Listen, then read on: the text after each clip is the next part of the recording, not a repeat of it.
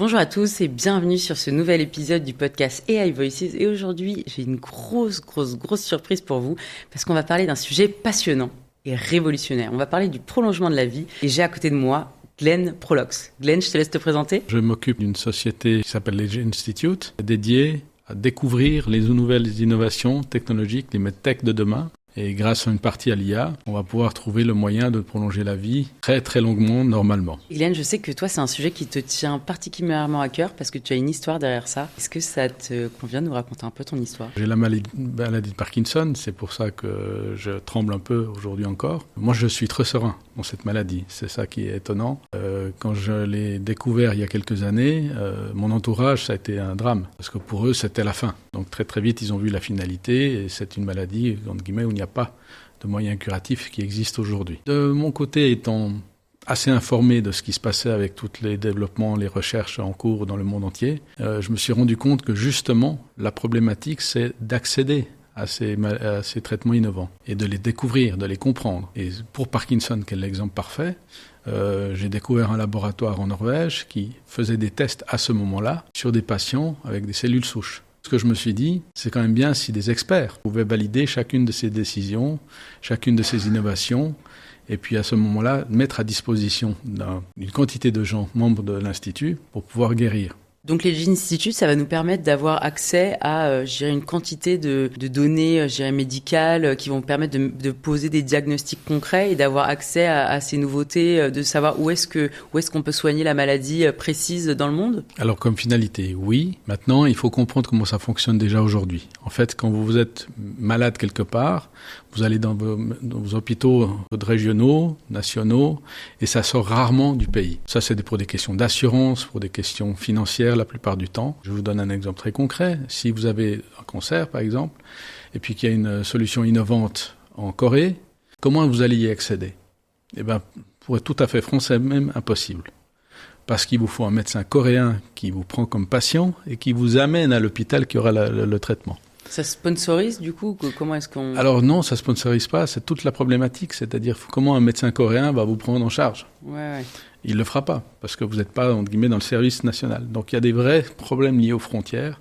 Nous, on va créer un réseau de médecins à travers le monde entier. Ça concernera peut-être 5 à 6 000 médecins autour du monde qui sont d'accord de vous prendre en charge et de vous amener là où vous pourrez vous traiter. Et là, à ce moment-là, si c'est de ton plein gré, là, tu peux bien évidemment aller te faire soigner où tu veux. Et c'est exactement mon problème pour moi, pour le Parkinson. Une des solutions est aujourd'hui en test en Norvège et au Japon. Et même avec un réseau que j'ai moi-même, c'est très complexe. Même si vous avez de l'argent, il faut que vous soyez, entre guillemets, qualifié pour entrer dans des protocoles de test. Et comment tu es qualifié pour soigner du cancer, par exemple ? Alors, c'était le cas de mon papa, qui a eu un cancer qu'on ne pouvait pas soigner à Genève, malgré un hôpital vraiment de très haut niveau, très haute qualité. Et puis, on a trouvé un traitement à Milan, donc c'est pas loin, que l'hôpital de Genève et la Suisse a refusé, pour des questions justement d'assurance, de certification, etc. La naissance de l'Institut a été à partir de cette expérience-là, en me rendant compte que c'est pas un problème suisse, c'est un problème mondial. Voilà, le même problème aux États-Unis, vous avez le même problème en Asie. C'est systématiquement lié aux nations et à la réglementation nationale. Parce qu'il faut qu'un État contrôle, entre guillemets, les médicaments ou les traitements qu'il met à disposition, ce qui est bien. Parce que ça permet de se protéger la population de mauvais traitements. À l'ère de l'IA, quelle est l'évolution dans le domaine de la santé, dans le domaine de la médecine ? Aujourd'hui, la santé est liée à une problématique majeure qui est notre mode de vie. Notre alimentation, notre environnement font qu'on tombe pour 50% des maladies, et je suis gentil dans les 50%, ça devrait être même plus élevé. L'IA permet, entre guillemets, d'avoir une validation neutre, c'est-à-dire une information, une analyse mathématique des problèmes existants. Donc de pouvoir lier des éléments qui se passent dans différents pays, et pas sur une population de quelques milliers de personnes, mais tout d'un coup sur peut-être 500 000 personnes. Et de découvrir les liens de cause à effet entre une maladie et une autre. Ce qui n'est pas dans notre habitude des chercheurs, où ils se focalisent que sur une problématique. Et ça, c'est très important, parce qu'en fait, quand vous liez toutes ces recherches, là, vous découvrez beaucoup plus vite des solutions. Donc l'idée de l'Age Institute, c'est aussi de centraliser l'ensemble des travaux de recherche. Comment est-ce qu'on fait si c'est des recherches privées, des recherches publiques ? J'imagine que ça va pas être forcément le même impact, et tout le monde ne va pas vouloir partager l'information au grand jour. Comment toi tu vois les choses? Il ne faut pas oublier que la recherche, elle se nourrit de donations publiques, privées. Elle se nourrit aussi de partage de propriété intellectuelle avec des grands labos. Donc il y a des collaborations qui sont faites, que chacun ait une activité précise. Nous, en participant dans cette mécanique, on arrive à influencer certaines choses pour qu'elles soient plus facilement accessibles à certaines personnes si c'est notre volonté. Donc nous, notre idée, c'est de pouvoir accélérer de plus en plus, et l'IA est vraiment l'accélérateur numéro 1, mais le partage de données. Et il y a des travaux très importants qui sont faits en France, par exemple sur les cellules souches, qui ont été menés à terme grâce à des interactions avec d'autres chercheurs au Japon. Et ça a permis à vraiment faire des découvertes majeures, et ça se passe tous les jours. Maintenant, derrière ça, comment on va mettre en pratique un produit pour le mettre sur le marché en fonction d'une population qui a un vrai besoin. Et c'est là que je pense se pose le problème. C'est-à-dire que les problématiques des lois, du financement, et de l'environnement légal, etc., posent des vrais challenges. Et on le voit très bien dans la question des cellules souches. Vous avez des pays qui sont phares là-dedans parce qu'ils ont une législation beaucoup plus permissive. Donc, se pose un autre problème là-dedans, c'est l'aspect éthique. L'aspect éthique. Surtout qui n'est pas forcément le même en fonction des pays. Aujourd'hui, c'est vraiment un problème. L'éthique limite les lois pour la recherche dans certains pays. Vous avez des gens qui, en guillemets, sont obligés de se délocaliser pour faire de la recherche parce que derrière, ils n'ont pas la capacité de le faire chez eux. Une fuite des talents en soi. Une fuite des talents, mais on a le même problème dans l'IA. Ouais. Et je pense que si on fait les efforts qu'il faut, tant législatifs que financiers de soutien, la recherche est tout à fait capable d'aller là-bas. Il faut juste se poser la question, est-ce que c'est une recherche destinée au plus grand nombre? Est-ce que c'est une recherche destinée à réussir un produit final? Et comme toute recherche fondamentale, il faut bien savoir que 95% sont des échecs. Ouais. Donc il faut se nourrir des échecs pour avoir quelques succès. Si tu as les moyens, du coup, tu vas accéder à tout un tas de solutions du prolongement de la vie. Si tu n'as pas forcément les moyens, pas toi. Est-ce que tu penses que ce modèle-là, il va évoluer dans le temps? Évidemment, toute innovation va toujours dans une élite au début, et puis après, elle est, entre guillemets, donnée dans une population plus importante, un environnement plus large. Mais il faut passer par cette étape-là où une élite s'en empare, et parce qu'il faut des moyens financiers aussi pour développer tout ça. Ça coûte énormément cher. On le voit dernièrement, tous les investissements faits dans l'IA. On parle de centaines de milliards pour des résultats qui, entre guillemets, sont hypothétiques. Tu me fais la parfaite transition. Du coup, tu vois, moi, je vois beaucoup d'investissements dans l'IA.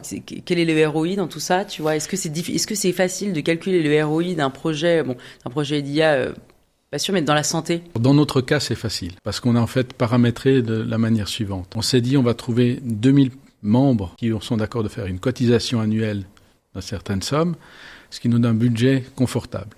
Nos coûts opérationnels sont relativement faibles parce qu'en guillemets, on va avoir des journalistes pour rechercher l'information, ensuite des médecins qui vont nous donner accès à ces technologies, et puis des experts qui vont qualifier. Donc étonnamment, il n'y a pas d'IA là-dedans. Par contre, l'IA, on va l'intégrer pour nos futurs patients, c'est-à-dire pour les membres qui ont des questions à se poser.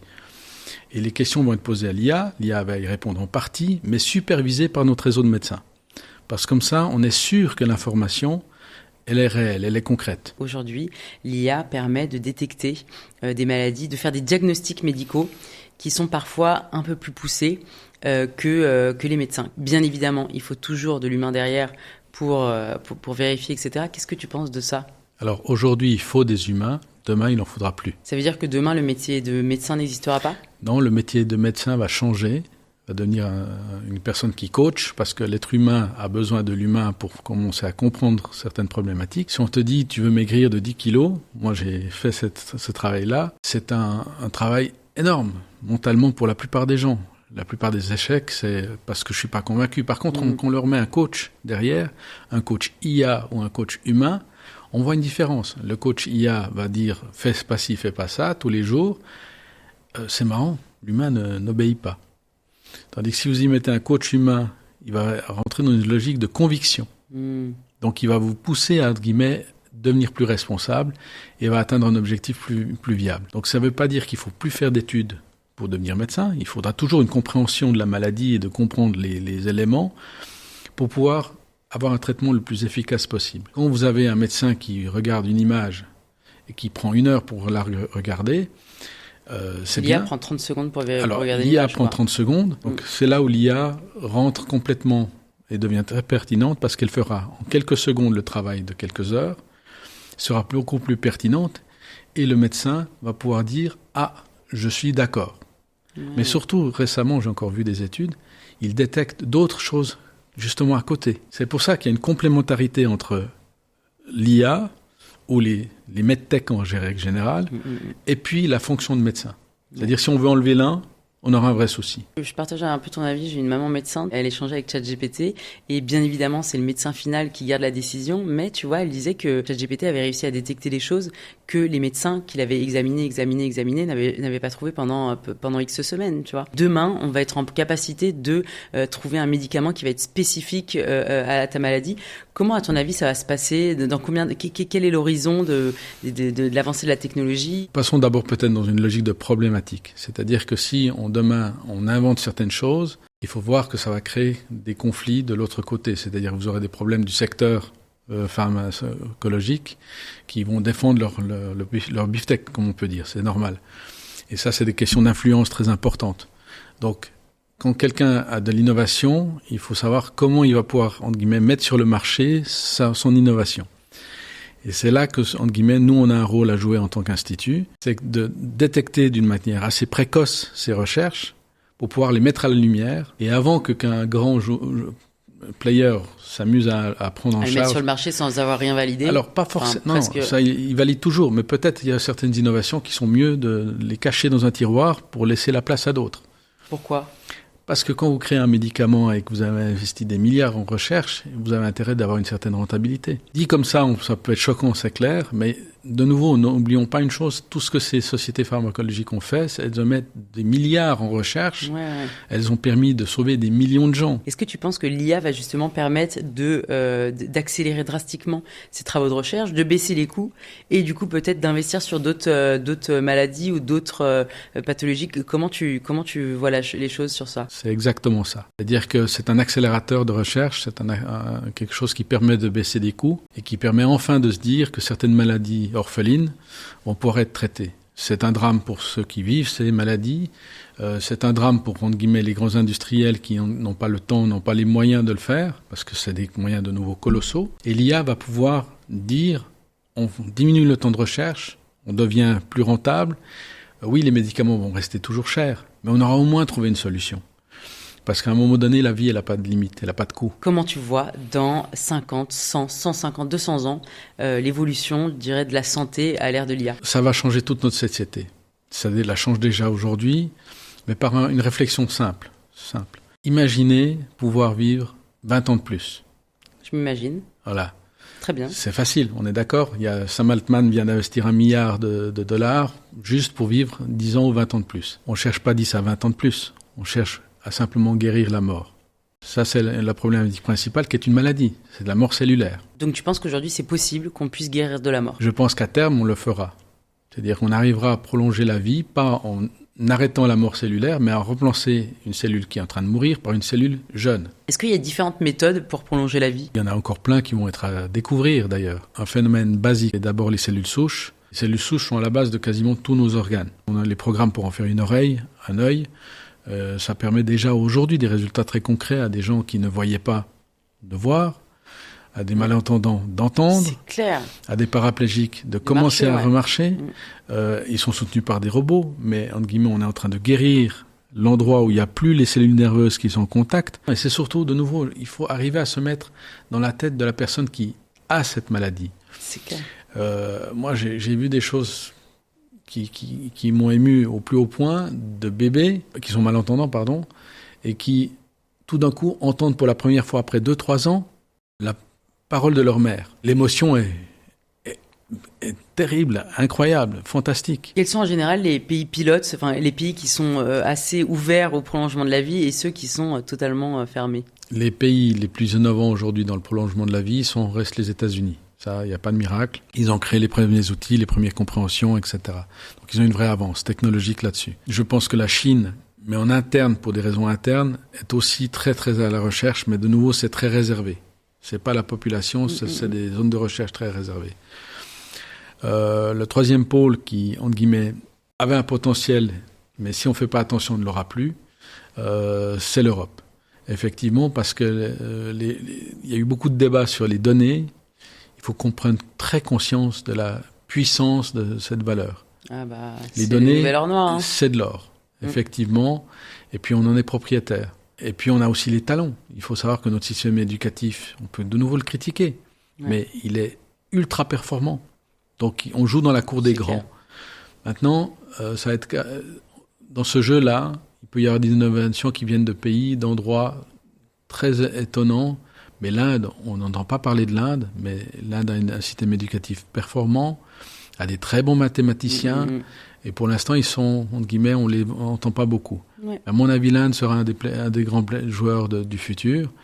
Et l'Europe, je pense qu'elle aura des opportunités de se singulariser dans des développements très, très précis pour respecter, entre guillemets, un environnement, un cadre légal un peu plus rigoureux qu'ailleurs. Et du coup, si on vit jusqu'à 200 ans, ou plus longtemps en tout cas, quel est l'impact sur l'économie, la santé et l'emploi ? La plus grande problématique chez les humains, c'est d'avoir une capacité d'adaptation et de changement. L'IA est là, et elle apprend de plus en plus vite, elle va continuer d'accélérer. Que vous avez la robotique qui arrive aussi en même temps, et la capacité de vivre plus longtemps. Il y a 30 ans de cela, vous aviez des usines pour faire des voitures, où il y avait 5000 employés. Aujourd'hui, une nouvelle usine, récemment construite en Europe, vous avez une centaine d'employés, mais 5000 robots. Donc les métiers vont changer. Et c'est vrai que beaucoup de gens dans l'IA sont en train de toujours alerter en disant, si nos responsables politiques ne prennent pas des décisions pour donner des capacités d'avoir un avenir et de changer, à des gens qui disent, moi je ne veux plus être par exemple chauffeur de taxi, parce que demain,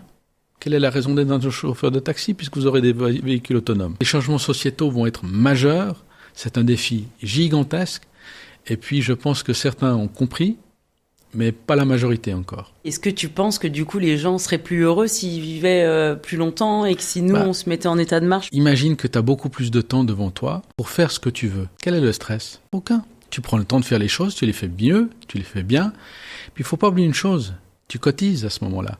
Donc tu continues de consommer, mais tu prends le temps de faire les choses. Donc le système, si on l'adapte un tout petit peu, peut faire que les gens vont être beaucoup plus intéressés à faire des choses plus valorisantes, qui vont continuer de payer parce qu'ils consomment, parce que derrière, il y a un marché. Et donc tout ça doit s'équilibrer, mais il faut pouvoir proposer des choses. Et c'est aux entrepreneurs de proposer des solutions, que les politiques prennent en charge, effectivement, mettent à distribution des capacités de devenir, entre guillemets, plus heureux dans un monde qui change de plus en plus vite. Il y a beaucoup de bullshit autour, peut-être du prolongement de la vie ou autre en ligne. Qu'est-ce que t'en penses? Est-ce que ça te fait peur? C'est toute la raison d'être de l'Institut. C'est-à-dire de justement pouvoir dire d'une manière neutre, par des experts indépendants, et puis d'avoir une vision hors business. Voilà, c'est-à-dire il n'y a pas d'influence de marché, c'est-à-dire on n'a pas, nous, vocation de prendre des participations dans telle ou telle technologie. C'est pour ça qu'on peut avoir ce rôle neutre. Comme toute mode, l'IA est une mode aussi sur beaucoup de choses, vous avez un pourcentage gigantesque de gens opportunistes qui se disent « je vais vendre tout et n'importe quoi ». Comme tous les gens qui s'appellent experts IA. Sachez que si quelqu'un a sur son profil ou je ne sais pas quoi marqué expert IA, sachez que, bon je vais pas être méchante, c'est pas forcément un bullshitter, mais on ne peut pas être expert IA, à moins qu'il y ait X années d'expérience dans la recherche et encore, tu vois, parce que c'est une technologie qui évolue constamment, mais il faut peut-être faire attention à tous les titres pompeux qui sont arrivés depuis l'IA générative. Je suis parfaitement d'accord avec ce que tu dis. L'IA est aussi une technologie, je pense, extraordinaire pour les jeunes, parce qu'ils sont capables de s'approprier ça beaucoup plus vite que des gens comme moi, et d'en faire quelque chose de formidable. Je pense que c'est une opportunité énorme pour des gens de créer des choses extraordinaires. Mais forcément, ça fait peur. Donc, et vous aurez le logique contraire de gens qui vont dire c'est pas bien parce qu'en fait, compte, souvent, ils maîtrisent pas. Écoute, je vais rester très proche de toi. Comme ça, je sais que j'ai mon pass pour prolonger la vie. Je pense que, mais ce que je retiens aussi aussi surtout tout ça, c'est que bon, tant qu'on est là, en tout cas déjà prendre soin de soi, faire du sport, bien manger, des choses toutes simples en fait qu'on nous rabâche depuis des années, mais au final qui sont totalement véridiques. Pas boire du coca toute la journée, clairement. Donc en fait, penser à soi parce que déjà c'est des tips tout simples qui peuvent t'aider à prolonger la vie.